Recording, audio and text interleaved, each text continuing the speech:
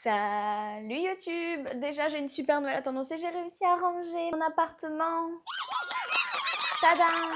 Mon ménage est fait! Oui. Vous êtes ravis de le savoir, je le sais. Allez, c'est parti!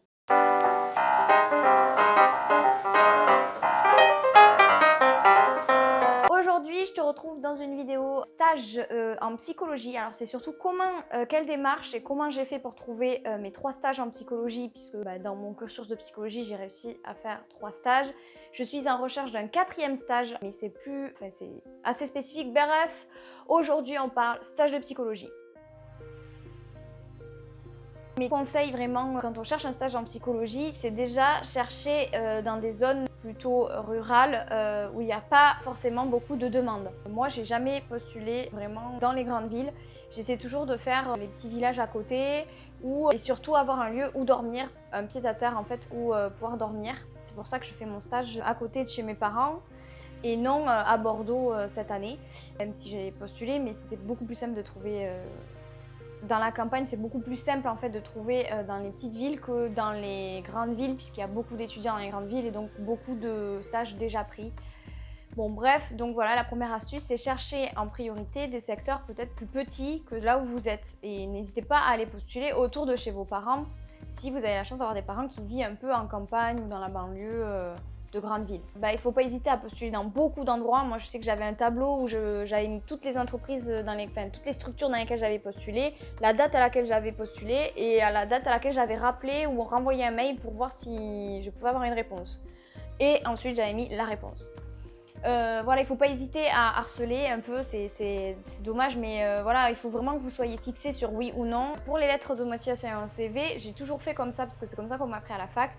J'ai mis en avant les compétences que j'avais pu développer grâce à mes expériences professionnelles passées, mais aussi grâce à mes expériences personnelles, par exemple mes voyages scolaires, le sport, ce genre de choses.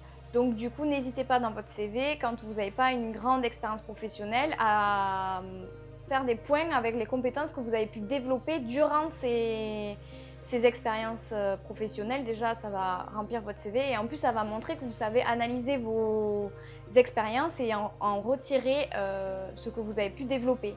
Et j'ai réussi à faire ce genre de CV, ce genre de lettre de motivation grâce à l'outil portefeuille de compétences qui a été développé à l'université. C'était une UE en fait que j'avais pris en option et ça m'a vachement aidé à voir qu'en fait quand on fait un voyage par exemple scolaire, on a des compétences qui se développent comme par exemple l'adaptabilité, le fait de s'adapter à une nouvelle langue ou le fait de prendre en compte une nouvelle culture.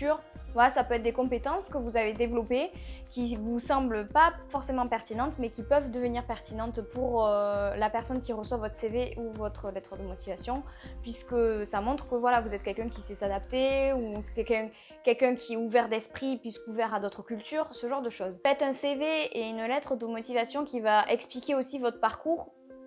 Et dans une lettre de motivation, il faut vraiment faire ce que le stage pourquoi vous voulez faire le stage et ce qu'il va vous apporter, ce que vous avez comme compétence et ce que vous pouvez apporter à l'entreprise.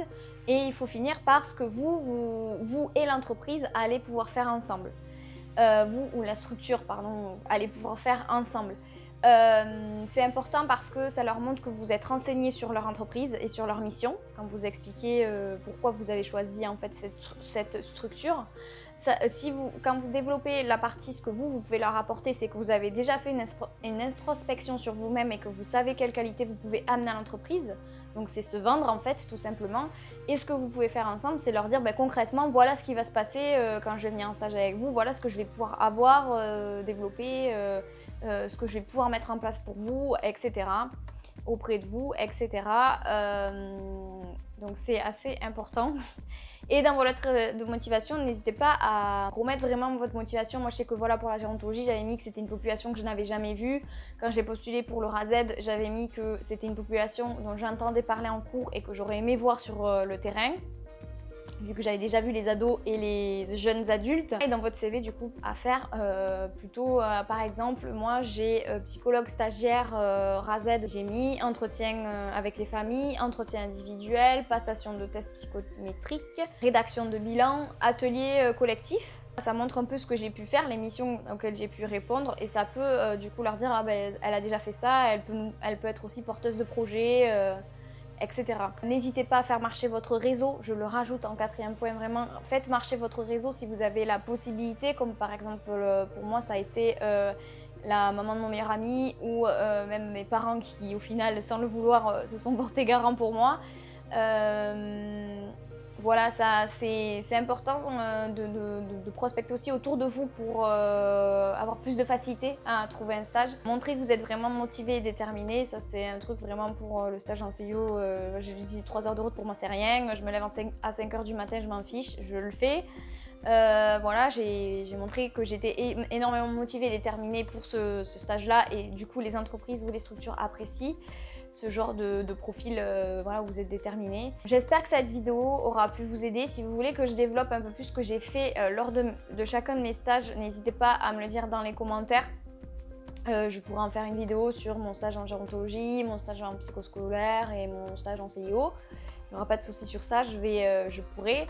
Je vous tiendrai peut-être au courant sur le stage du CNAM, sur ce qu'on fait, parce que ça peut être intéressant si vous voulez aller en psychologie du travail, puisque là on ne sera pas considéré comme stagiaire psychologue, mais comme psychologue du travail.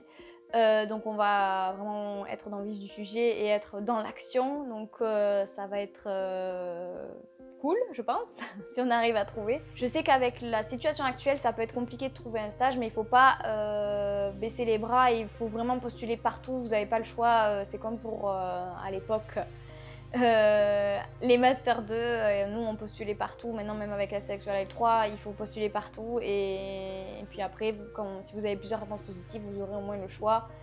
Et si vous n'avez pas de réponse positive, ben, vous aurez quand même postulé partout et vous pourrez vous dire que vous avez fait de votre mieux et le maximum. Mais voilà, postulez partout et n'hésitez pas à vous faire un tableau avec les dates à laquelle vous avez commencé à postuler, les dates où vous avez fait les rappels. Et si vous n'avez toujours pas de réponse, vraiment n'hésitez pas toutes les 2 semaines à renvoyer un mail ou à appeler pour leur dire coucou, moi j'ai besoin d'une réponse, j'ai besoin de savoir si ça vous intéresse ou si pas du tout. Voilà, comme ça, c'est aussi possibilité de barrer cette structure de votre tableau de bord des structures que vous vouliez, dans lesquelles vous vouliez faire un stage.